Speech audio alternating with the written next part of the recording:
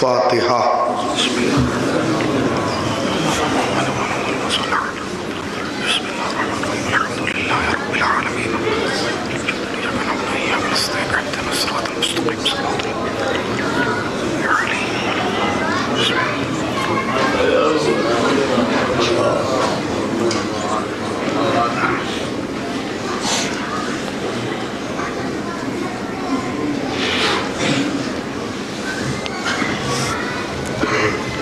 ला हौला वला कुव्वता इल्ला बिल्लाहिल अलिय्यिल अज़ीम।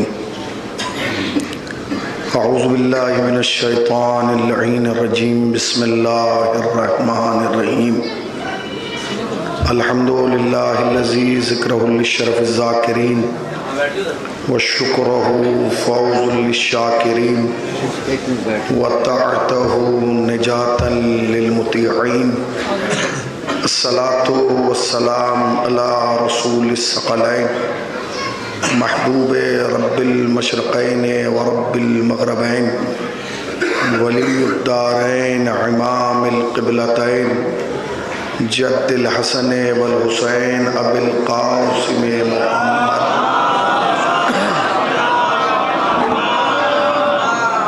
अम्मा बअद फ़क़द क़ाल अल्लाहु सुब्हानहु तबारक व तआला व क़ौलुहुल हक़। बिस्मिल्लाहिर रहमानिर रहीम। वमा अदराका मा लैलतुल क़द्र। सलावत पढ़ते बर मोहम्मद।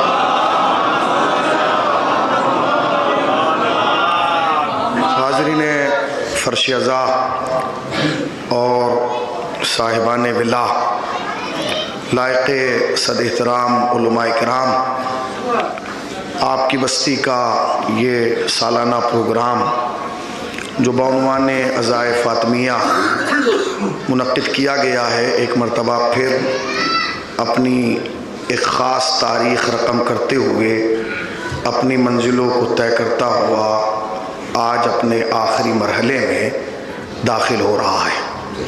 मुसलसल उलमा, ज़ाकिरीन, खुतबा, वाइज़ीन अपने अपने अंदाज में खिताब करके हक़ ज़हरा बयान कर रहे थे।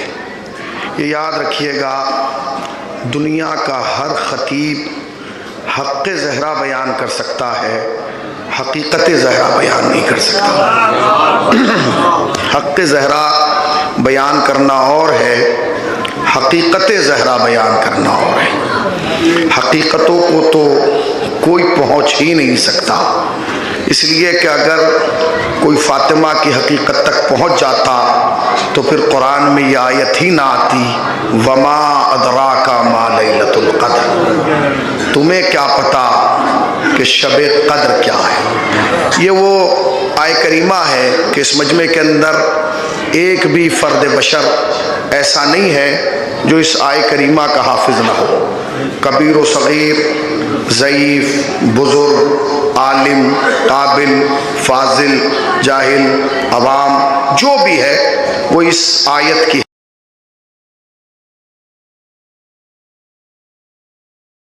कदर। तुम्हें क्या खबर, तुम्हें क्या पता, तुम्हें क्या इल्म कि शब कद्र क्या है। वो कद्र वाली रात वो कौन सी रात है। पूरी दुनिया, पूरा आलम इस्लाम शब कद्र पाना चाहता है, शब कद्र दर करना चाहता है, शब कद्र तक पहुंचना चाहता है, मगर किसी को पता नहीं कि शब कद्र क्या है। यही वजह है कि बाज़ लोग शब 19 को शब कद्र समझते हैं, बाज़ शब 21 को शब कद्र समझते हैं, बाज़ शब 23 को, और आलम इस्लाम आगे तक बढ़ गया तो उन्होंने 26 और 27 को भी शब कद्र समझ लिया। अगर शब कद्र तय था तो एक ही दिन मना लिया जाता। ये 18 में, 21 में, 23 में, 25 में, 26 में, 27 में, ये अलग अलग तारीखें क्यों हैं? इसलिए है क्योंकि किसी को पता ही नहीं कि शब कद्र है क्या। लिहाजा जहाँ भी गुमान हो जाता है मुसलमान वहीं डेरा डाल कर बैठ जाता है कि यहाँ मिल जाए। तो आखिर ये जो शब कद्र को पाने की इतनी कोशिश और काविश है, इस शब कद्र में ऐसी कौन सी खासियत है जिसे मुसलमान पाना चाहता है। तो जब आप रिवायत की दुनिया में उतर के कदम रखेंगे तो आपको पता चलेगा कि रिवायात में आया है कि शब कद्र वो रात है जिस रात में ये लिखा जाएगा कि तुम्हें कितना रिस्क मिलेगा, ये शब कद्र में तय होगा। तुम्हें कितनी ज़िंदगी मिलेगी, ये शब कद्र में तय होगा। तुम्हें कितनी औलाद मिलेगी, ये शब कद्र में तय होगा। तुम्हें कब मौत आएगी, ये शब कद्र में तय होगा। ये सब शब कद्र में तय होगा। लिहाजा मुसलमान ये चाहता है कि शब कद्र मिल जाए ताकि रिस्क मिल जाए, ज़िंदगी मिल जाए, औलाद मिल जाए, माल मिल जाए, सरवत मिल जाए, शोहरत मिल जाए, कामयाबी मिल जाए, तरक्की मिल जाए। शब कद्र को पाना चाहती है, मगर शब कद्र का कोई अता पता नहीं है कहाँ है, किसी को कुछ पता ही नहीं कि शब कद्र है क्या। मगर जब सादिक आले मोहम्मद से पूछा गया कि शब कद्र है क्या, इमाम सादिक से पूछा गया शब कद्र है क्या, मुतवज्जह रहिएगा, शब कद्र है क्या, मुतवज्जह रहिएगा, शब कद्र है क्या। तो इमाम ने रात का पता नहीं बताया, इमाम ने कहा शब कद्र से मुराद हमारी दादी फातिमा है। तुमने गौर ही नहीं किया मैं कहां तक ले गया। शब कद्र से मुराद हमारी दादी कौन है, फातिमा है। मुसलमानों जाके दरे सादिक पर सजदा करो और कहो कि अल्लाह तेरा शुक्र है कि तूने हमें सादिक जैसा इमाम दे दिया, वरना कयामत तक दुनिया को पता ही ना चलता कि शब कद्र किसी रात का नाम नहीं है, फातिमा की जात का नाम है।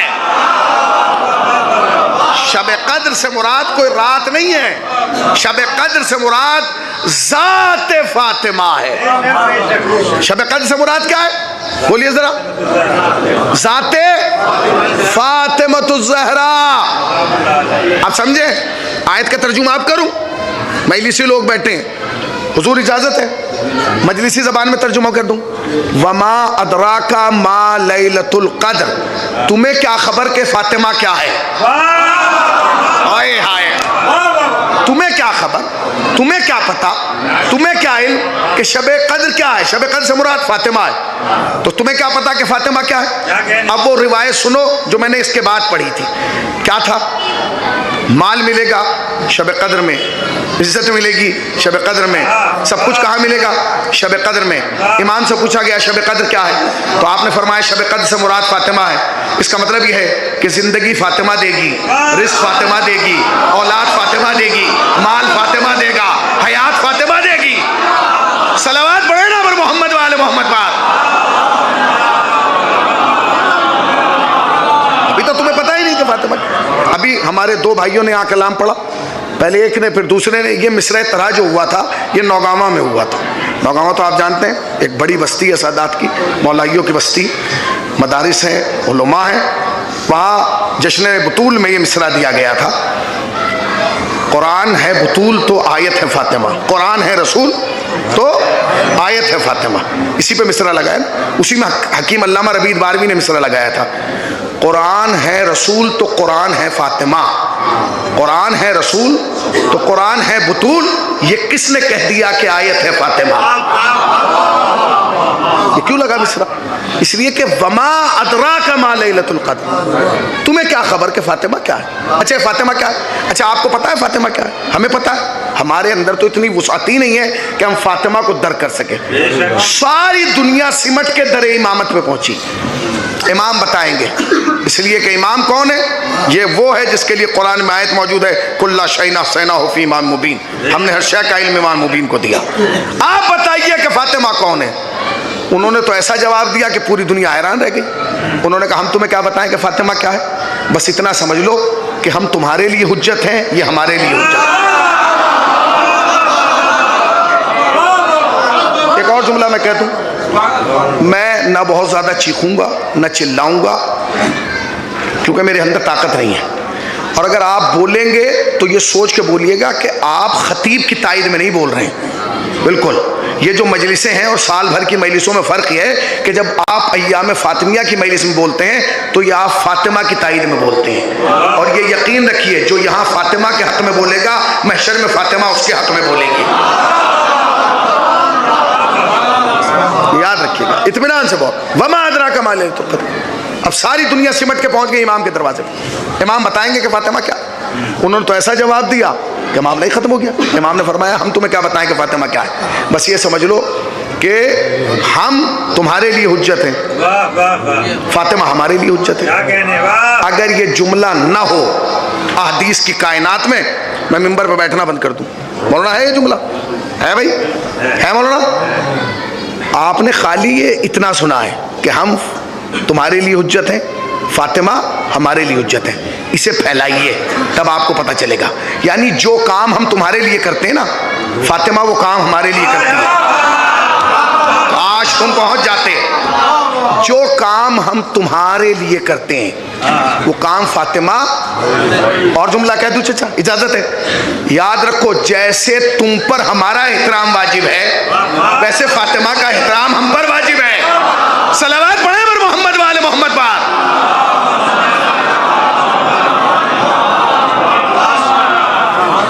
जो मयार तुम्हारी जिंदगी में रखते ना, फातिमा हमारी जिंदगी में रखते हैं। ये जुमला याद रखिएगा, जो हम तुम्हारे लिए करते हैं फातिमा वो हमारे लिए करती है। अब मैं इसे कैसे बताऊं आपको? हदीस सुनाऊं, आयत सुनाऊं, रिवायत सुनाई, वाकयात सुनाऊं, इतना वक्त ही नहीं।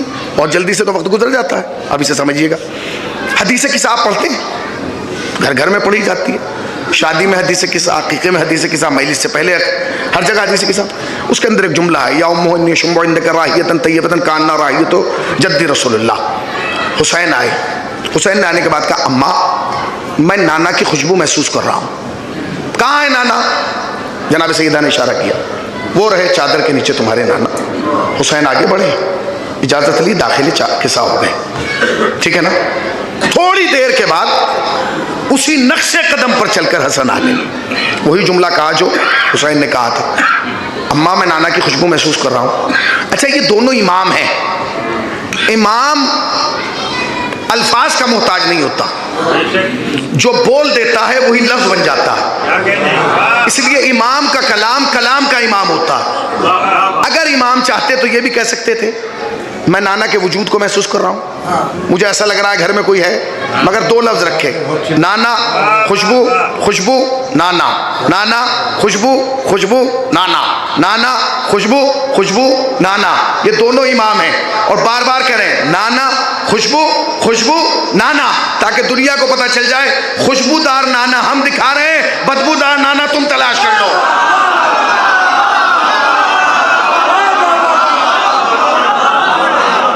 सलावत पढ़े पर मोहम्मद वाले मोहम्मद पाक। सलामत रहिए, यही चला करेंगे तो है? नाना खुशबू, खुशबू बोलो भाई। अगर ये जुमला हदीस किस्सा में ना हो मैं मुजरिम हूं, ये खुशबू खुशबू करके क्यों बता रहे हैं? ताकि तुम बदबूदार नाना ढूंढ लो, और हमने ढूंढ लिया, हमने ढूंढ लिया। उसी को तो बताएंगे भी, वहीं तो जाना है। नाना खुशबू, हसन आए मैं नाना की खुशबू महसूस कर रहा हूँ, हुसैन आए मैं नाना की खुशबू। लीजिए, हसन और हुसैन की बात तो अपनी जगह थी, थोड़ी देर में कायनात का गुरूर अली आ गए। आने के बाद कहने लगी, कहा फातिमा मैं अपने चचाजाद भाई रसूल की खुशबू महसूस कर रहा हूँ। कहाँ है, कहाँ है? मैंने पढ़ दिया, आपने सुन लिया। हसन ने कहा कहाँ है, मसला नहीं है। हुसैन ने कहा कहाँ है, मसला नहीं है। मगर अब अली कह रहे हैं रसूल कहाँ है, अब मसला है। क्योंकि हसन और हुसैन में और अली में फ़र्क यह है कि हसन और हुसैन ने ये बात नहीं कही जो अली ने कहा। अली ने मिंबर पे बैठ के कहा था मैं ज़मीन के रास्तों से ज़्यादा आसमान के रास्ते जानता हूँ। आसमान के रास्ते जानता है, क्या उसे ये नहीं पता कि रसूल कहाँ है? इसका मतलब ये, या तो ये मानो कि जहां तक फातिमा के घर की हुदूद है ना वो जमीन में है ना आसमान में है। सलावत पढ़े पर मोहम्मद वाले मोहम्मद पाक। समझिएगा, वो जहां तक हुदूद फातिमा है न जमीन के हुदूद में आता है ना आसमान के हुदूद में आता है। अच्छा, मैं आपसे पूछा हूं, जनाब सैयदा का घर क्या इतना बड़ा है जितना आपका इमाम बारगाह? ये तो बहुत बड़ा है इमाम बारगाह। अगर इसमें से हिस्से बनाए जाएंगे तो कम से कम 4 मरतबा जनाब सैयदा का घर बनेगा। आज के मुताबिक आप जब जाएंगे उम्रे के लिए तो आप जाके कहिए कि जनाब सैयदा का घर कहाँ है, तो वो बताएंगे, निशान बनाया हुआ उन्होंने, वो कहेंगे जी यहाँ से ये जो एरिया है वो जनाब सैयदा का घर है। यानी ये जो 2 दरवाजे हैं इतनी जगह ले लीजिए इस दीवार तक, ये जनाब सैयदा का घर है। हसन आए, नाना की खुशबू महसूस कर रहे हैं। हुसैन आए, नाना की खुशबू महसूस कर रहे हैं। अली आए, नाना की खुशबू महसूस कर रहे हैं। जुमला आहिस्ता से कह रहा हूँ, समझ जाइएगा। तीनों इस घर के महरम हैं, तीनों इस घर के महरम हैं। घर भी ज्यादा बड़ा नहीं है। हसन 2-4 कदम चलते नाना मिल जाते, हुसैन 2-4 कदम चलते नाना मिल जाते, अली 2-4 कदम चलते नाना आखिरी आदमी तक नाना मिल जाते, मगर नाना तो मिल जाते। ये बात वाजे कैसे होती? हम तुम्हारे लिए हुज्जत है, फातिमा हमारे लिए हुज्जत है। जो हम तुम्हारे लिए करते हैं वो फातिमा हमारे लिए करती है। हदीसे किस्सा घर घर में रखवाई इसलिए गई है ताकि दुनिया को बताया जा सके, दुनिया वालों देख लो, जो कायनात को रास्ता दिखाए उसे इमामत कहते हैं, जो इमामतों को रास्ता दिखाए उसे फातिमा कहते हैं।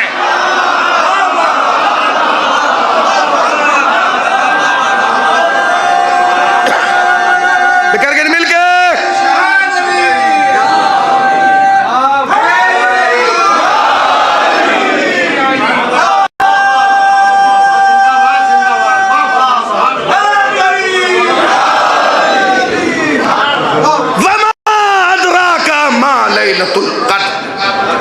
तुम्हें क्या खबर के फातिमा क्या है?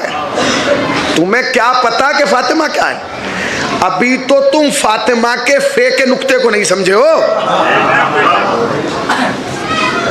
अभी तो तुम फातिमा के, हमारे यहाँ जब मजलिस होती है, देखिए याद रखिए, खतीब अपने अक्ल के एतबार से फातिमा को नहीं समझा सकता, उसे खुद ही नहीं पता कि फातिमा क्या है।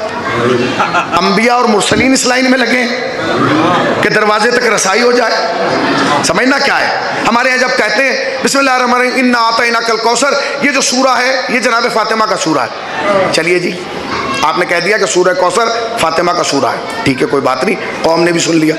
उसके बाद फिर खतीब एक बात पे जोर देता है, ये कुरान मजीद का सबसे छोटा सूरा है, सबसे छोटा, सबसे छोटा।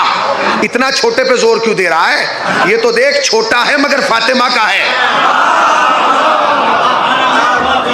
इतना छोटे पे जोर, ये देखिए छोटा है मगर, मौलाना अगर छोटा है और फातिमा का है तो क्या हुआ? करबला में आके देख ले, छोटा कैसा होता है। फातिमा का छोटा भी असगर होता है। सलावत पढ़े पर मोहम्मद वाले मोहम्मद वाले।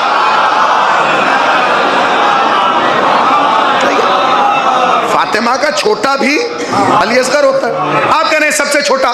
मैं आपसे बताऊं एक बात, चलिए आप अपनी मर्जी से सुनिए, मैं आपको अपनी मर्जी से सुनाता हूं, बहुत इत्मीनान सुनिए, सलामत रहिए आप, अल्लाह आपको अच्छा रखे। ऐसे सामने होते हैं जो खतीब का हौसला बढ़ा देते हैं। फिर सुनिएगा, आप कह रहे हैं कुरान मजीद का ये सूरा फातिमा का है। अगर ये सूरा फातिमा का है तो फिर पूरा कुरान किसका है? अच्छा, कुछ लोग शायद ऐसे भी हैं जिनका अकीदा मेरे अकीदे से नहीं मिलता, शायद आप इसीलिए खामोश हैं, या मेरी आवाज़ आप तक नहीं पहुंच रही, माइक काम नहीं कर, या मैं जैपनीज में खिताब कर रहा हूं, आप तक बात नहीं। अगर आप तक मेरी बात पहुंचे तो बताइए कि मैं सही कह रहा हूं। भाई अगर फ़कत ये सूरा फातिमा का है तो फिर पूरा कुरान किसका है? मैं साबित करूं, पूरा कुरान ही फातिमा का है। आप जाके शुरू से आखिर तक देख लीजिए, मैं दलील दूं, जिसने कुरान भेजा वो खुदा फातिमा का है, जो जिब्राइल कुरान लाया वो नौकर फातिमा का है। नहीं पहुंचे? जिस खुदा ने कुरान भेजा वो खुदा फातिमा का है, जो लेके आया वो जिब्राइल नौकर फातिमा का है। जिस जात पे कुरान भी अलग है। अय्याम फातिमिया का तो बस एक ही नारा है, कातिल का भी अलग है। अय्याम फातिमिया का तो बस एक ही नारा है, कातिल कातिल कौन है कातिल, ये नारा लगेगा। मगर मैं पहले जुमला मुकम्मल कर दूं, जिसने कुरान भेजा, मैंने क्या कहा? मैं साबित करूंगा कि पूरा कुरान फातिमा का।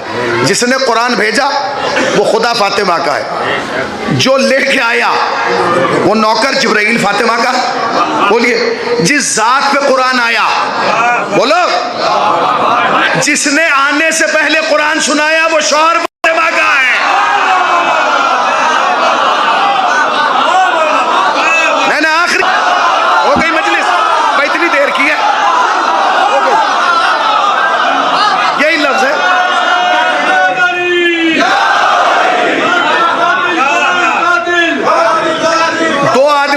एक आदमी बोलेगा कातिल कातिल, सब बोलेंगे कौन है कातिल? कातिल कातिल कौन है कातिल? कातिल कातिल कौन है कातिल? कातिल कातिल कौन है कातिल? कातिल कातिल कौन है कातिल? कातिल कातिल कौन है कातिल? कातिल हो गई क्या? हमें फातिमा ज़हरा के कातिलों पे लाना, फातिमा ज़हरा के कातिलों पे लाना, फातिमा ज़हरा के कातिलों पे लाना। सुनिएगा, बोलिए। अब तो मानो कि पारा फातिमा का है, सूरा फातिमा का है, आयत फातिमा की है, रुकू फातिमा क्या है। छोड़ दीजिए आप, मैं इससे आगे आपको समझाता हूं। अभी तक तो तुम कह रहे थे आयत है फातिमा, आयत नहीं है, कुरान फातिमा का है, पारा फातिमा का है, सूरा फातिमा का है। अगर हकीकतों की दुनिया में उतर के देखो, वाले मुल्क से एक नारा लगा था, बड़ा मशहूर हुआ था वो, काफिर काफिर शिया काफिर, काफिर काफिर। वो ये सोच रहे थे कि जब हम ये कहेंगे काफिर काफिर शिया काफिर तो शियों के खंजर लग जाएगा। किसी शिया पे कोई फर्क नहीं पड़ा, क्योंकि यही तो नारा हमारा है, तुम्हारा थोड़ी है, ये नारा ही हमारा है। काफिर काफिर शिया काफिर।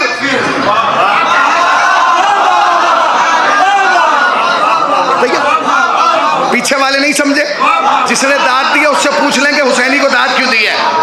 फिर सुनिए, काफिर काफिर शिया काफिर। हम भी तो पहली धुंध से ही कह रहे हैं कि काफिर इतने हैं, शिया इतने।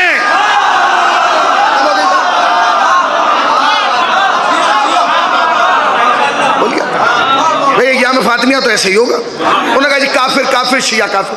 अब हम क्या करें, जिस शरीयत को हम फॉलो करते हैं उसमें ये हमें इजाजत नहीं दी गई कि हम किसी मुसलमान को काफिर कहें, लिहाजा हमने मुसलमान को काफिर नहीं कहा, क्योंकि हमारे उलमा ने इजाजत नहीं दी। हमने कहा भाई ऐसा नारा तैयार करो कि सांप भी मर जाए और लाठी भी ना टूटे। तो हमने ये शुरू किया, हमने कहा काफिर काफिर शिया काफिर के मुकाबले पे लाए कातिल कातिल। कौन है कातिल? उन्होंने कहा जी मौलाना क्या मतलब? मैंने कहा जो कौन है ना ये शिया है। नहीं पहुंचे। कातिल कातिल कौन है?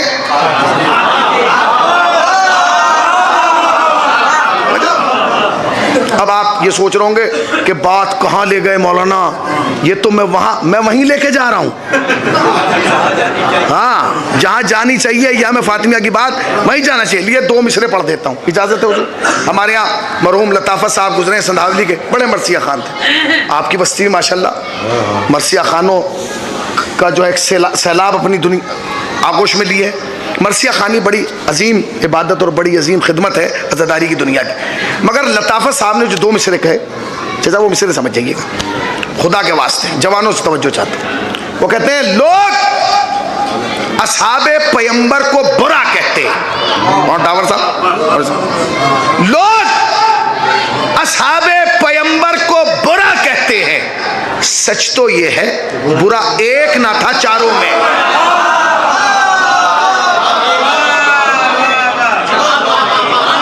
एक ना था, अब भी नहीं समझे, एक ना था, एक ना था। सलावत पढ़े पर मोहम्मद वाले मोहम्मद पर।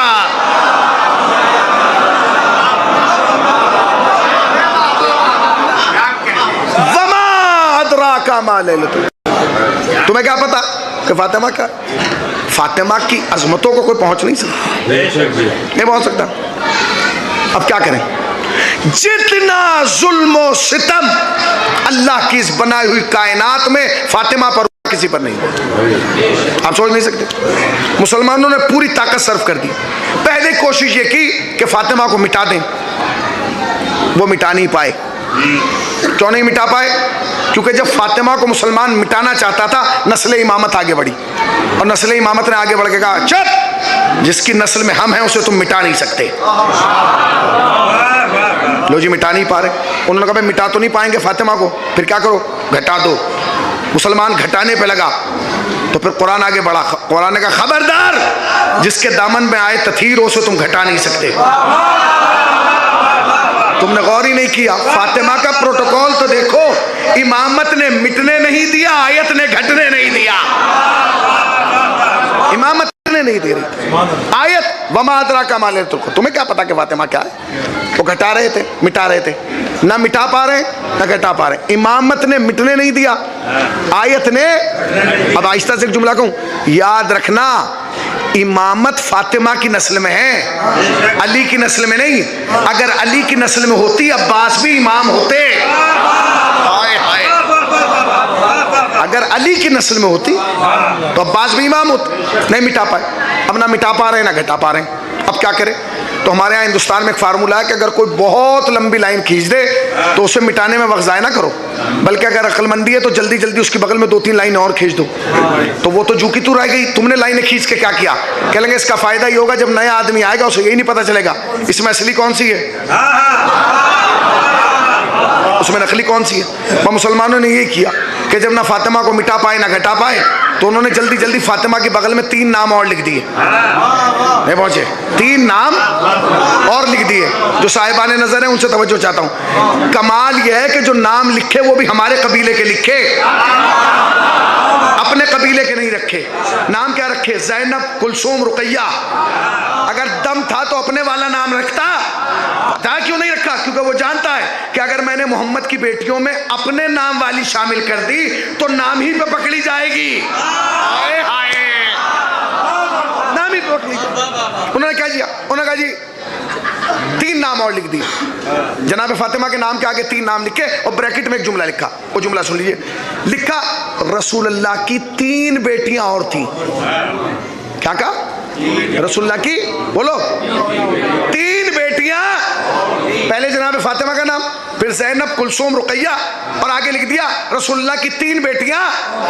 जारचे वालों, क्या तुम्हें लिखने वाले की कमजोरी समझ में नहीं आई? अगर समझ में आ गई तो फिर खामोश ना रहते। फिर सुनिएगा, लिखने वाले ने यह नहीं लिखा कि फातिमा के 3 बहनें और थी। आए हाय, उसने ये नहीं लिखा कि फातिमा के 3 बहनें और थी, उसने लिखा रसूल के 3 बेटियां और थी, ताकि दुनिया को समझ सके कि याद रखो मोहम्मद की बेटियां बनाना आसान है, फातिमा की बहनें बनाना आसान नहीं है। लिख दिया। अच्छा मैं आपसे पूछ रहा हूं, उन्होंने लिखा कि रसूलुल्लाह की 3 बेटियां और थी, आप पे फर्क पड़ा? पड़ा? बोलिए। 3 तो कम है, 13 लिख दे। 13 कम है, 30 लिख दे। 30 कम है, 300 लिख दे। 300 कम है, 3000 लिख दे। 3000 कम है, 30,000 लिख दे। 30,000 कम है, 3 लाख लिख दे। किसी शिया पे फर्क नहीं पड़ता, क्योंकि शिया के बच्चे को माँ बचपन ही में समझा देती है कि तेरा काम सिर्फ मानना है, हिफाजत करना इनकी इज्जत की अल्लाह की जिम्मेदारी है। तो हमें तो मालूम है कि फातिमा को कोई घटा ही नहीं सकता, ना कोई मिटा सकता। तुमने लिखा रसूलुल्लाह के 3 लाख बेटियां थी, अल्लाह ने कहा लिख ले, फर्क नहीं पड़ेगा, क्योंकि जो भी तू लिखेगा उसमें आखिरी जुमला हमारा लिखेगा, आखिरी आदमी तक का। क्या का तू जहां तारीख में ये लिखेगा ना कि मोहम्मद के 3 लाख बेटियां थी, वहीं ये भी लिखेगा बेटियां तो 3 लाख थी मगर नवासे 2 ही थे, या हसन था या हुसैन था।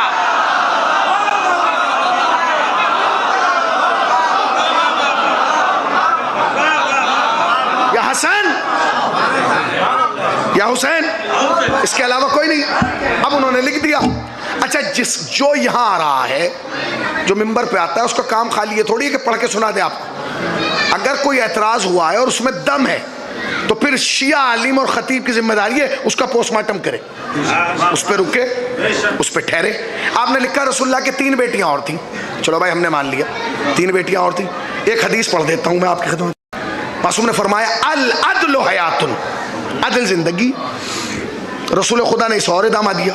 रसूल खुदा ने कहा मुसलमानों, जिंदगी अदालत के साथ गुजारना, भाइयों के साथ अदालत, समाज के साथ अदालत, मुल्क के साथ अदालत, खानदान के साथ अदालत। ये करते करते रसूल खुदा ने कहा अपनी औलाद के साथ अदालत से काम लो। या रसूलल्लाह, कौन बाप ऐसा है जो औलाद से अदालत में नहीं? जब मरता है तो 2 दुकानें होती हैं, किसे देता है किसे, 2 मकान होते हैं किसे किसे। अगर 2 मंजिला मकान होता है, नीचे तुम रहोगे, ऊपर। नबी ने फरमाया अदालत ये नहीं है कि मरने के बाद सामान बांट दो। अदालत का मतलब ये कि जिंदगी में अदल से काम लो। क्या मतलब कि अगर अल्लाह ने तुम्हें 4 बेटे दिए ना, तो चारों में अगर एक को चूमो तो फिर चारों को चूमो, एक को गले लगाओ तो चारों को लगाओ, एक को तोहफा दो तुम समझे ही नहीं चाचा, शुक्रिया। जो समझ गए वो समझ गए आखिरी आदमी तक। जो एक के लिए करो तो चारों के लिए करो। नबी अल्लाह आप हमसे तो कह रहे हैं जो एक के लिए करो, आपने किया? नबी ने कहा मैंने क्या? मैंने कहा आप देखिए अपनी जिंदगी, आप अकेले फातिमा के लिए उठे,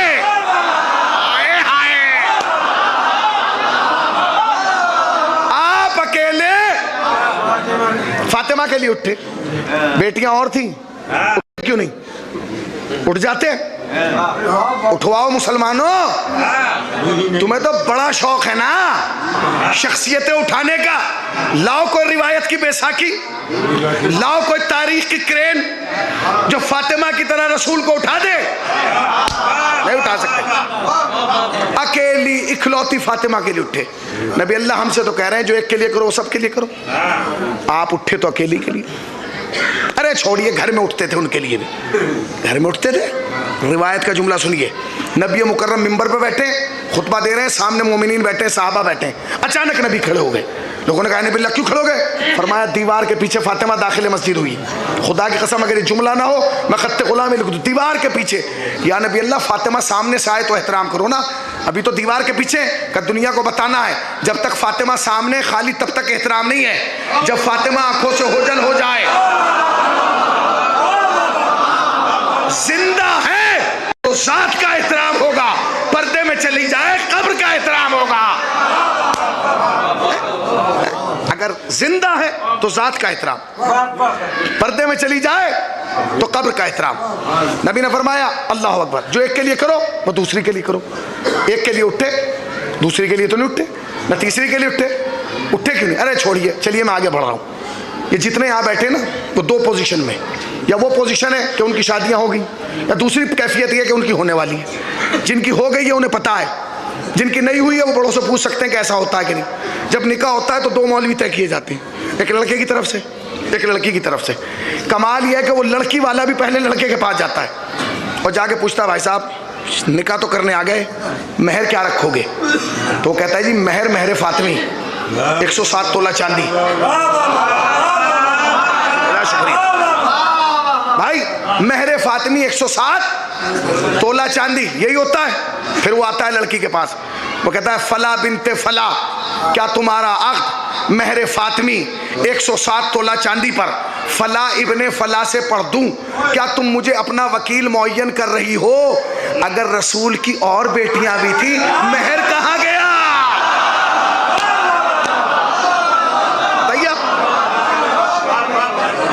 रसूल अल्लाह की और बेटियां भी थी। देखिए यहां आप मजलिस में फजाइल सुनने के लिए नहीं बैठे हैं, दुश्मन फातिमा को जलील करने के लिए बैठे हैं।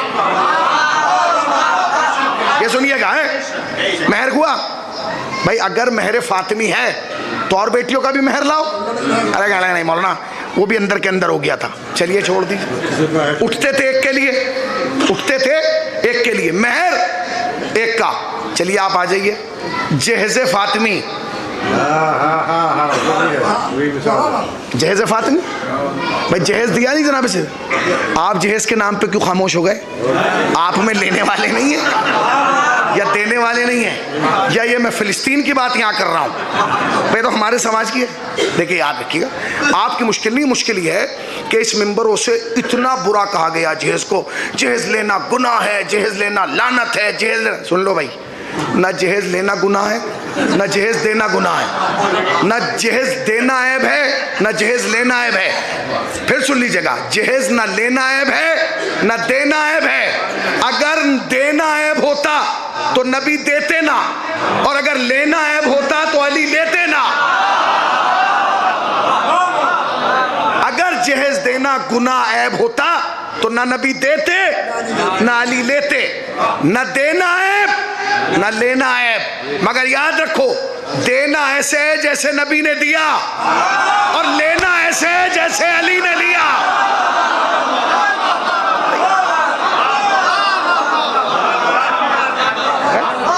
देना ऐसे है जैसे नबी ने कैसे दिया? घर गिरवी रख के, प्लाट बेच के, मकान बेच के, नोएडा का फ्लैट बेच के, कैसे दिया नबी ने? जब अली रिश्ता लेके आए पहला सवाल किया, अगर कलेजा है नबी जितना ऐसे दामाद से बात करने का तो जहेज दो, वरना चुप होकर रहो, कोई हक नहीं है तुम्हें, है। जैसे ही अली आए रिश्ता लेके, आपने फरमाया माले दुनिया से क्या रखते हो? अरे हाय, कहने लगे आपको तो पता है मेरी दुनिया क्या है। कहने लगे क्या रखते हो? तो कहने लगे कि 3 चीजें हैं, एक घोड़ा का वो सफर के लिए जरूरी है, कहने लगे एक तलवार, कहने लगे वो सिपाही के लिए जरूरी है, कहने लगे एक जीरा है, कहने लगे ना उसकी तुझे कल जरूरत थी ना आज, क्योंकि जीरा पहन के तो मैदान में वो जाते हैं जो बचने जाए, तू तो लड़ने जाता है। का फिर कैसे फरोख्त कर दो। अली गए, उसे फरोख्त किया, 500 दिरहम या दिनार मिले, लेके आए नबी के पास, दे दिए। वो जो 500 दिरहम या दिनार दिए, उसी से तो नबी ने जहेज खरीदा, उसी से खाने का इंतजाम किया। आप समझे? जितना जहेज लेना हो उतना पहले मेहर दे दो। जहेज जब लानत बनता है कि जब मेहर माफ करा दिया जाए और फॉर्च्यूनर की उम्मीद में जागा जाए।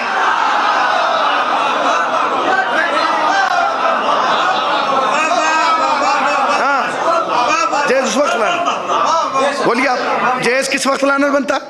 कि जब मेहर तो माफ करा लिया और उम्मीद में चक्कर के फॉर्च्यूनर मिलेगी। अब है लानत, ये लानत है, ये गाड़ी नहीं दी गई है, ये लानत दी गई है, तुम लानत में चल रहे हो। दम है तो पहले मेहर दो। अरे मौलाना मेहर दे भाई, मेहर देना जरूरी है, अगर जरूरी ना होता तो शरीयत में होता क्यों? भाई है दे दो। जब तुम 50 लाख शादी में खर्च कर रहे हो तो उसमें भी कर दो।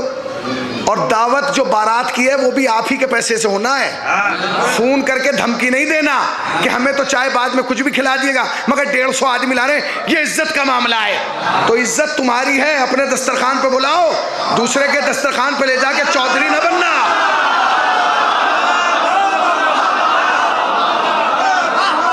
चौधरी बना घूम रहा है वो, मारता घूम रहा, हाँ चौधरी बन गया, रसगुल्ले चेक कर रहा है, गोश्त ठंडा है ये चेक कर रहा, अंडे टूट नहीं रहा ये चेक कर रहा, तो पागल हो गया। शरीयत ने जो कानून बनाया, तो भाई नबी उठे एक के लिए, मेहर एक का, जहेज एक का, और करीब आ जाऊं, मस्जिद में दरवाजा एक का। मस्जिद में दरवाजा भी खुले तो औरों के भी थे।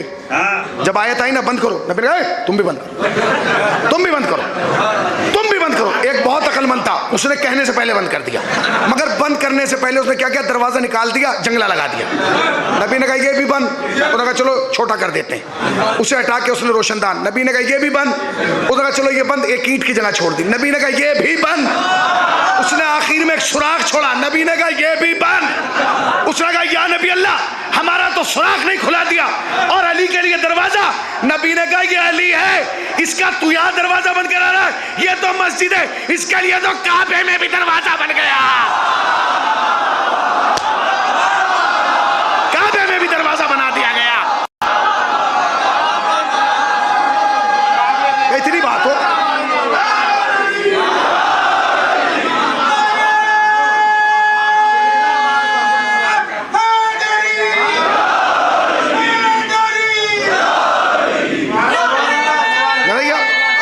मस्जिद में बंद करा रहा है, इसके लिए तो काबे में दरवाजा बना, सलामत है।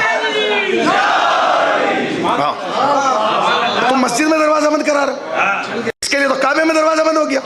तो दरवाजा एक का, फिर सुनते रहिएगा, उठे एक के लिए, मेहर जहेज दरवाजा एक का हो गया सब।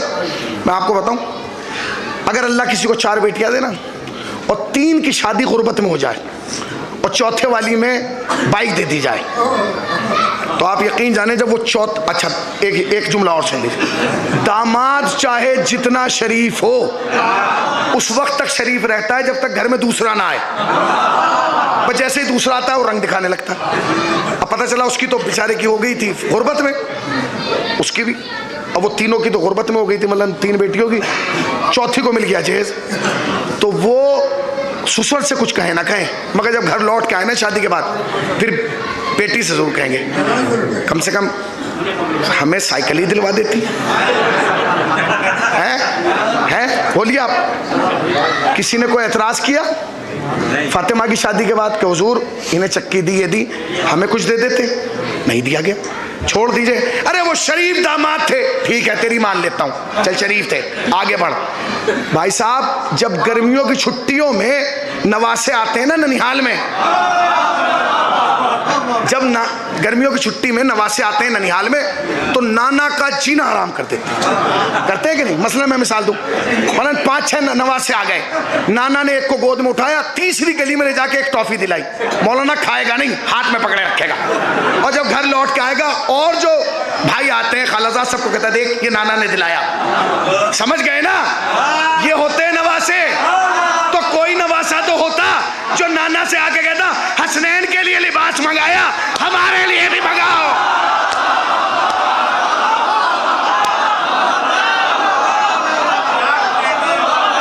बोलिए, बताइए, कोई नवासा तो होता जो कहता नाना हसनैन के लिए लिबास आया, हमारे लिए मंगाओ। चलिए छोड़ दिए लिबास का, उन्हें पता नहीं चला। जब नाना ईद के दिन लेके चले थे कांधे पे, तो कहते नाना हम भी बैठेंगे। किसी ने नहीं कहा एक कदम और आगे बढ़े, एक कदम। मतलब मिसाल के तौर पे 4 दामाद हैं, अब हर दामाद ससुर को थोड़ी होता है, एक आध दामाद हो जाता है। अब वो दामाद जब अजीज होता है तो फिर ससुर उसे नहीं छोड़ता, वो कहता है जी नहीं दामाद यानी बेटा। मतलब इतवार का दिन था, मैं मिसाल दे रहा हूँ, ससुर ने फ़ोन किया वही लाडले दामाद को जिस पर यकीन था, एतमाद था, जिसे मानता था कि मेरी बात को मानता है और मुझे भी मानता है। उसे कहा बेटे कहाँ हो? उसने कहा जी घर हूँ। कहा बेटे क्या कर रहे हो? कहा कुछ नहीं। कह लेंगे एक ज़रूरी मीटिंग है तुम्हें चलना है। उसने कहा ठीक है, हुजूर मैं आ जाऊँगा किस वक्त? कह लेंगे अच्छा ठीक है। ये बिटिया क्या कर रही है? कि बिटिया भी घर है। कहा उन्हें भी ले आना। जब जा ही रहे हैं थोड़ी देर के बाद कह लेंगे नवासे क्या करें? कहा बेटे उन्हें भी ले आना। और ससुर के साथ बेटी, नवासे, दामाद सब चले जाएं और वो मीटिंग इतनी कामयाब हो जाए कि कुरान में आयत बन के आ जाए।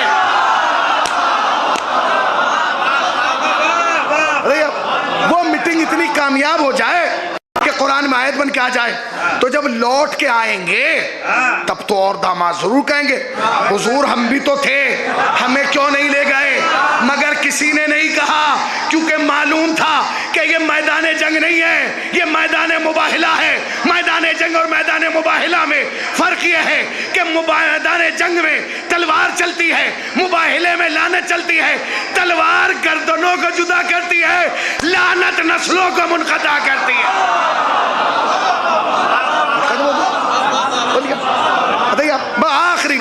आखिरी बात तमाम हो रही। उठे बोलो भाई, एक के लिए मेहर, जोर से बोले, एक का जहेज आखिरी आदमी तक, एक का दरवाजा, एक का कांधे पे बिठाया, एक के बेटों को मुबाहिले में लेके गए।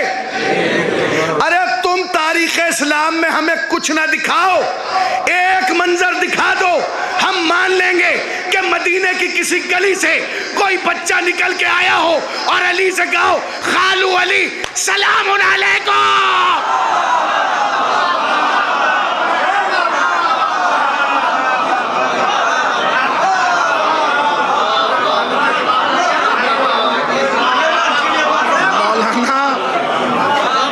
खालू पे बात हो रही है, जब मामू पे आऊंगा ना बड़ा फसीता होगा। सलावत पढ़े पर मोहम्मद वाल मोहम्मद वाल।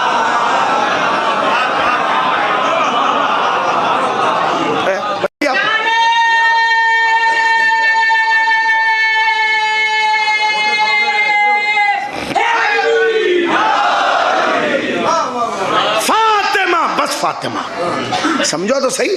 फातिमा के सामने तुमने ला के खड़ा कर दिया, इनसे पूछो तो सही कहां से साबित करेंगे फातिमा को?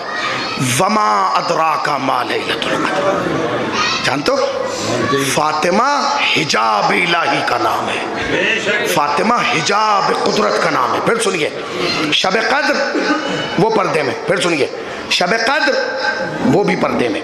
टाइम खत्म हो गया। शब कद्र वो भी पर्दे में, फातिमा वो भी पर्दे में, हिजाब खुदा वो भी पर्दे में, अजमत फातिमा वो भी पर्दे में, बरकत फातिमा वो भी पर्दे में, शान फातिमा वो भी पर्दे में, मंजिलत फातिमा वो भी पर्दे में, अजमत फातिमा वो भी पर्दे में। और एक कदम आगे बढ़ूं, एक कदम, तारीख शहादत फातिमा वो भी पर्दे में। हमारे यहाँ तो 2 रिवायतें मनाई जाती है ना भाई, हमारे यहाँ हिंदुस्तान में 2 रिवायतें मनाई जाती हैं, 75 और 95 दिन वाली।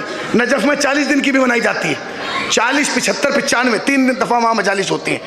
तो तारीख तय नहीं है कौन सी है, 40, 75 या 95 रसूलुल्लाह की बेटी कितने दिन जिंदा रही। फिर सुनिएगा, अजमत फातिमा वो पर्दे में, बरकत फातिमा वो पर्दे में, शान फातिमा वो पर्दे में, शब कद्र वो पर्दे में, हिजाब इलाही वो पर्दे में, तारीख शहादत फातिमा वो भी पर्दे में। एक कदम और आगे बढ़े, कब्र फातिमा वो भी पर्दे में। आज तक किसी को, मैं मसाइब नहीं पढ़ रहा हूँ, अभी बाबे फजाइल में हूँ, वो भी पर्दे में। खाके मदीना तेरी गलियों में अभी तक हम बिनते पैगंबर की लहर ढूंढ रहे हैं भाई। आज तक तो आलम इस्लाम यही नहीं तय कर पाया फातिमा की कब्र कहाँ है। कुछ कहते हैं जन्नतुल बकी में, कुछ कहते हैं मस्जिद कुफा, मस्जिद नबवी में मेहराब और मिंबर के दरमियान है, कुछ कहते हैं उसी हुजरे में है जिस हुजरे में शहजादी में शहादत पाई है, उसी में दफन कर दिया गया। तो कब्र फातिमा बोलिए वो भी पर्दे में, तारीख शहादत फातिमा वो भी पर्दे में, अजमत फातिमा वो भी पर्दे में, बरकत फातिमा वो भी पर्दे में। हद हो गई, कातिल फातिमा, मुतवज्जह रहिएगा, कातिल फातिमा वो भी पर्दे में। खुदा ने कहा है फातिमा जब तेरा सब कुछ पर्दे में है तो अब हम पर वाजिब हो गया कि तेरे आखिरी बेटे को पर्दे में रखें, ताकि जब वो पर्दे से आए कब्र से भी पर्दा हटाए, कातिल से भी पर्दा हटाए। वमादरा का माल अल्लाह, फातिमा का कातिल भी पर्दे में। कैसे पर्दे में? हम ही तो जानते हैं, कहाँ जानते हैं आलम इस्लाम। कैसा कातिल? जनाब सैयदा ने वसीयत की है। वसीयत क्या की है? या अली ये और ये मेरे जनाजे में ना आए। सुनिएगा, अगर ये बात मैं कहूँ ना, आप कहें, मौलाना कहे ये छोटे तबीयत का बात है, अरे नहीं मैं मौलाना तो ज़्यादा दिल पे ले गए, भला ऐसे थोड़ा ही होता, सारे झगड़े ज़िंदगी तक होते। फातिमा रहमतुल्लिल आलमीन की बेटी हैं, खुद रहमत है। अगर फातिमा कह रही है तो यहाँ मसला ये नहीं है कि दिल छोटा है, यहाँ मसला कुछ और है। जनाब सैयदा ने क्यों मना किया कि ये लोग मेरे जनाजे में ना आए? पता है तुम्हें? सुनो, तशय्ये जनाजा के अहकाम में जाना, जहाँ मुर्दा दफनाने के अहकाम है ना, शरीयत में बयान किए गए, वहाँ जाके देखना। शरीयत का हुक्म यह है, मुतवज्जह रहिएगा, कि जब हम किसी मोमिन या मोमिना का जनाजा उठाते हैं ना, और कांधे पे लेके चलते हैं और उसे कब्र तक पहुँचाते हैं, कब्र में लिटाते हैं, तख्ते रखते हैं, हमारे यहाँ फ़ौरन कहते हैं मुनकिर और नकीर आ जाते हैं, वो सब बाद में आते हैं। जैसे ही आपने तख्ते रखे, फ़ौरन कब्र में एक आवाज़ गूंजती है, ऐ नए मकान में आने वाले नए मेहमान, अल्लाह ने तुझे तोहफ़ा दिया है कि अल्लाह ने उन सब के गुनाह माफ़ कर दिए जिन्होंने तेरे जनाजे में शिरकत की है। अल्लाह ने उन सब को बख्श दिया। मैं तो समझा था कि इस पर मजलिस खत्म हो जाएगी, आखिरी आदमी तक, मेरे हक में नहीं, ताईद फातिमा में तुम्हें हाथ उठाना है, आखिरी आदमी तक जो जहां है। जब किसी मोमिन या मोमिना का जनाजा उठता है, हम उस जनाजे को लेकर कब्र में आते हैं, कब्र में रखते हैं, तख्ते रखते हैं, एक आवाज़ आती है, ऐ नए मकान में आने वाले नए मेहमान, अल्लाह ने तुझे तोहफा दिया है, अल्लाह ने उन सब को बख्श दिया जिन्होंने तेरे जनाजे में शिरकत की। यानी जो मेरे जनाजे में आएगा वो बख्शा जाएगा, जो मौलाना के जनाजे में आएगा वो बख्शा जाएगा, जो चचा के जनाजे में आएगा वो बख्शा जाएगा। तुम समझे ही नहीं, जब हमारे और तुम्हारे जनाजे का आलम ये है तो फिर फातिमा,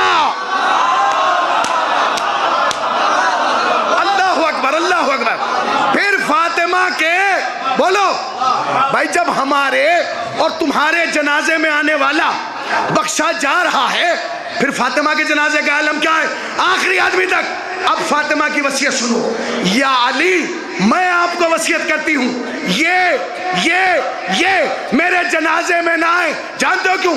इसका मतलब यह है कि मशीयत फातिमा यह है कि कायनात बख्शी जाए, मगर ये बख्शा जाए, ना ये बख्शा जाए, ना ये बख्शा।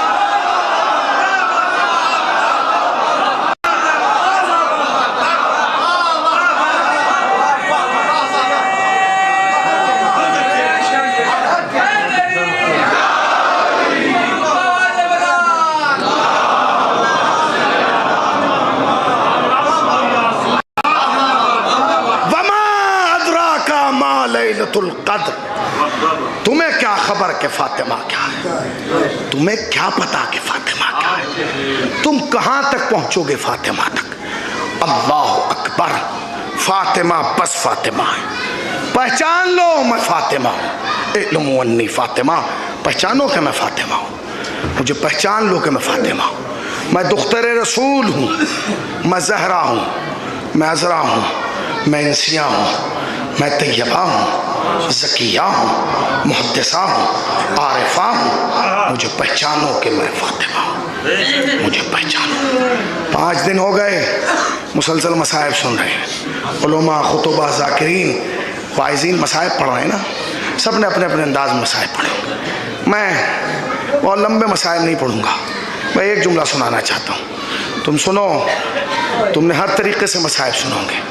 मैं अपनी अक्ल के मुताबिक ये समझता हूँ कि फ़ातिमा के लिए सबसे बड़ी मुसीबत ये थी और सबसे बड़ा मसाइब ये था कि फ़ातिमा मुसलमानों के दरबार में खड़े होकर कह रही थी, मैं फ़ातिमा हूँ, मैं झूठ नहीं बोलूँ।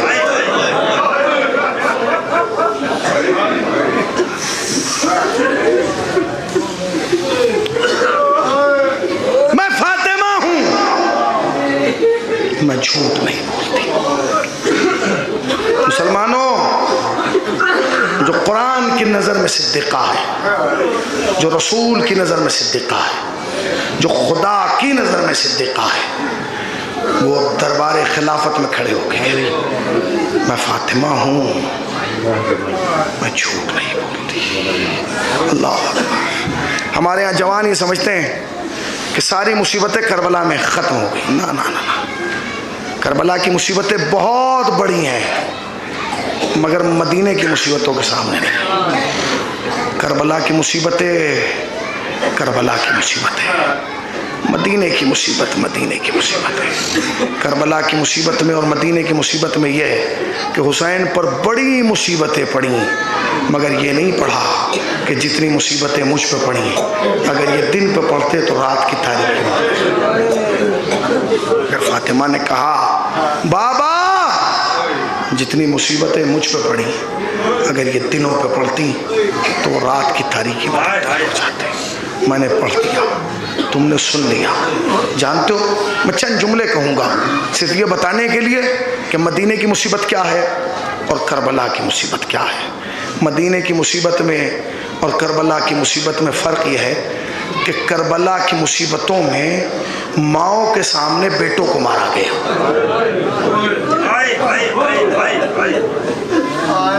करबला में माओ के सामने बेटों को मारा गया, मदीने में बेटों के सामने माँ को मारा गया।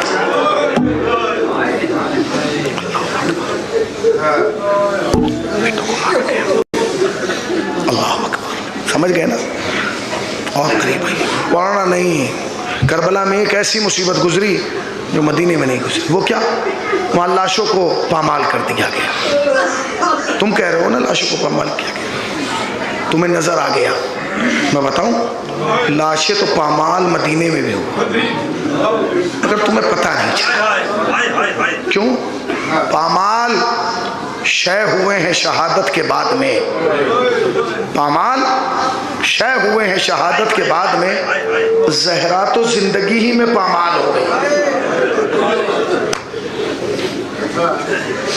हम ना रोते, हम ना रोते अगर दरवाज़ा ज़मीन पे गिरता। अफसोस ये है कि दरवाज़ा ज़मीन पे नहीं गिरा, दरवाज़ा फातिमा पर गिरा। और जब फातिमा पे गिरा ना तो जले हुए दरवाजे की जो चमकती हुई मीख थी वो सैयदा के पहलू में दखल। सैयदा ने कहा, अस्मा मेरा मोहसिन मारा गया। माँ, हसासियत की दुनिया की मेराज का नाम माँ है। माँ जाने कितने ही बरस हो जाए ना माँ को गए हुए, बेटे को जब याद आती है तो आंख में आंसू आ जाते हैं। हमारे यहाँ हिंदुस्तान में मशहूर ज़माना कलाम है रज़ा सिसवी साहब का, मौत की आगोश में जब थक के सो जाती है माँ, तब कहीं जाकर रज़ा थोड़ा सुकून पाती। सुना ना आप सब? 2009 में मेरी वालदा का इंतकाल हुआ। रज़ा सिसवी साहब आए, उन्होंने कलाम पढ़ा, तो कलाम पढ़ के बैठ गए चचा, तो मैं बगल में बैठा हूँ, मैंने कहा जो मतले में माँ है ना, ये मेरी माँ है, ये आपकी माँ है, ये हमारी माँ है। कहने मौलाना मैं समझा नहीं। मैंने कहा हमारी माँ है। कहने कहना क्या चाहते हैं? मैंने कहा ये हमारी माँ है जिन्हें कब्र में जाके थोड़ा सा सुकून मिल जाता है। कहने क्या बोला? मैंने कहा एक माँ वो है जिसे कब्र में भी सुकून नहीं मिलता। समझ गए? जानते हो वो हुसैन की माँ है। अम्मा लहू लुहान चमन देखने चलो, ज़ैनब के बाजुओं में रसन देखने चलो। कब्र ज़हरा को ज़लज़ला आया, ऐ मेरे लाल तू जहाँ जहाँ जाएगा तेरी माँ वहाँ वहाँ जाएगी। जानते हो ये मैंने जान के पढ़ा है। तारीख कहती है कि जब जनाब सैयदा के पहलू पे दरवाज़ा गिरा ना, अली को नहीं पुकारा बल्कि आवाज़ दी या मेहदी अदरिकनी, ऐ मेहदी मेरी मदद करो। जानते हैं फातिमा को कब्र में भी सुकून नहीं है। 6 मकाम ऐसे हैं जहाँ जनाब सैयदा खुद तशरीफ़ लाती है। पहला मकाम मजलिस हुसैन, जब कहीं मजलिस होती है सबसे पहले फातिमा आती है। अकेली नहीं आती, अपनी पोती को लाती है, अपनी बेटी को लाती है। तुम बाद में आते हो, फातिमा पहले आ जाती। बार बार दरवाजे की तरफ देख के वो बच्ची पूछती है दादी मेरे बाबा को रोने वाले कब आएंगे। वो बहन पूछती है अम्मा मेरे भाई को रोने वाले कब आएंगे। पहला मकाम मजलिस हुसैन। दूसरा मकाम कब्र हुसैन। जब तुम कब्र हुसैन की ज़ियारत के लिए जाते हो ना, सबसे पहले हुसैन की माँ कहती है आजा मेरे लाल के अज़ादार आजा। हुसैन की माँ तेरे इस्तकबाल के लिए आ गई। पहला मकाम मजलिस हुसैन, दूसरा मकाम कब्र हुसैन, तीसरा मकाम कनारा मोमिन।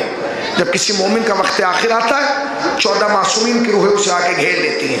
उसे कुरान सुनाया जाता है, 14 खड़े रहते हैं। उसे यासीन सुनाई जाती है, 14 खड़े जाते हैं। उसे रहमान सुनाया जाता है, 14 खड़े रहते हैं।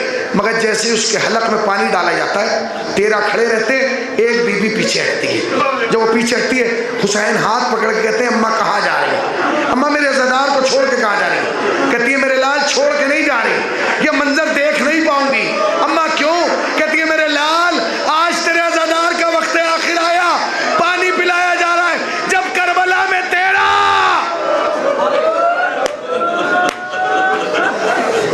वक्त आया, कोई पानी पिलाने वाला। पहला मकाम मजलिस हुसैन, दूसरा मकाम कब्र हुसैन, तीसरा मकाम कनारे मोमिन, चौथा मकाम कब्र मोमिन। जब तुम्हें और हमें कब्र में उतारा जाएगा ना, उस वक्त सैयदा आएंगे। एक तरफ अली खड़े होंगे, एक तरफ सैयदा। आजा मेरे लाल के अज़ादार आजा, इस अंधेरे घर से न घबराना, तूने बड़ी अज़ादारी की खिदमत की है, तू रात रात भर अंजुमनों में रहा है, तेरी कब्र को हम अपने नूर से मुनव्वर कर देंगे। तो पहला मकाम मजलिस हुसैन, दूसरा मकाम कब्र हुसैन, तीसरा मकाम कनारे मोमिन, चौथा मकाम कब्र मोमिन। 5वां मकाम बाद में पढ़ूंगा, पहले छठा मकाम सुनो। छठा मकाम महशर। सैयदा महशर में आएंगी, आवाज़ आएगी अहले महशर अपनी आंखों को बंद कर लो। सब बंद कर लेंगे, बस 2 होंगे, एक नबी और अली, जो आंखों को ना बंद नहीं करेंगे। आवाज़ आएगी मोहम्मद और अली तुम भी आंखों को बंद करो। नबी कहेंगे मैं क्यों बंद करूं, मेरी तो बेटी है। अली कहेंगे मैं क्यों बंद करूं, मेरी तो ज़ौजा है। तो आवाज़ आएगी तेरी बेटी सही, तुम्हारी ज़ौजा सही, मगर जिस कैफियत में आ रही है तुम देख नहीं पाओगे। कि कैसे आ रही है? कि फातिमा एक हाथ में हुसैन का कुर्ता लेकर, दूसरे हाथ में अब्बास का कटा हुआ बाजू लेकर दाखिले महशर।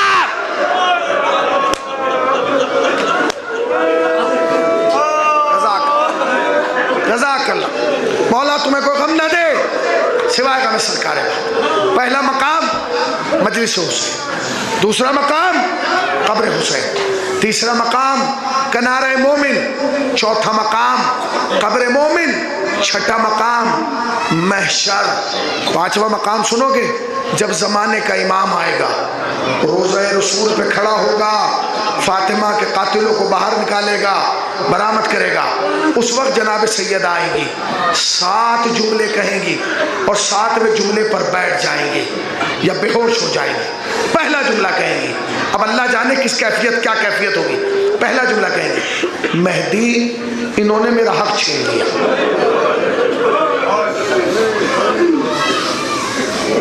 छह जुमले बचे। मेहदी इन्होंने मेरा हक छीन लिया। दूसरा जुमला कहेंगे मेहदी इसने मुझे बड़े दरबार में झुठलाया है। तीसरा जुमला कहेंगे मेहदी इसने मेरे बाप की तहरीर को फाड़ा है। पढ़ना आसान, सुनना आसान। जानते हैं एक बहुत बड़े खतीब थे, जब वो ये कहा करते थे ना रसूलुल्लाह की फला ने तहरीर फाड़ी, वो एक कागज़ निकालते थे, फाड़ते थे, ज़मीन पर फेंकते थे, फिर मिंबर से उतरते थे, उस कागज़ को चुगते थे, मिंबर पर आके लोगों से पूछते थे मुझे चुगने में कितनी देर लगी, ये जमा करने में कितनी देर लगी। कोई कहता था आधा मिनट, कोई कहता था 1 मिनट। वो ये सुनने के बाद तमाचा मार के कहते थे इस आधा मिनट में फातिमा बूढ़ी हो गई, इस आधा मिनट में बाल सफेद हो गए, इस आधा मिनट में कमर झुक गई। अल्लाह अल्लाह। पहला जुमला मेरा हक छीन लिया, मुझे भरे दरबार में झुठलाया। तीसरा जुमला मेहदी इसने मेरे बाप की तहरीर को फाड़ा। 4 जुमले बचे, चौथे में मजलिस खत्म कर दूंगा। फिर कहेंगे मेहदी इसने मेरा दरवाजा जलाया है। फिर कहेंगे मेहदी इसने मेरी पसलियां तोड़ी। फिर उसके बाद कहेंगे मेहदी इसने मेरा मोहसिन मार डाला। और आखिरी जुमला कह के फातिमा जमीन पर बैठ जाएगी, मेहदी इसने मुझे तमाचा मारा है। ए मेहदी ये तमाचा मार रहा था, हसन देख रहा था, मैं फरियाद कर रही थी, वाह मुसीबत वाह सयाल ज़लम अय्याम क़लबियन क़लब मातम ज़हरा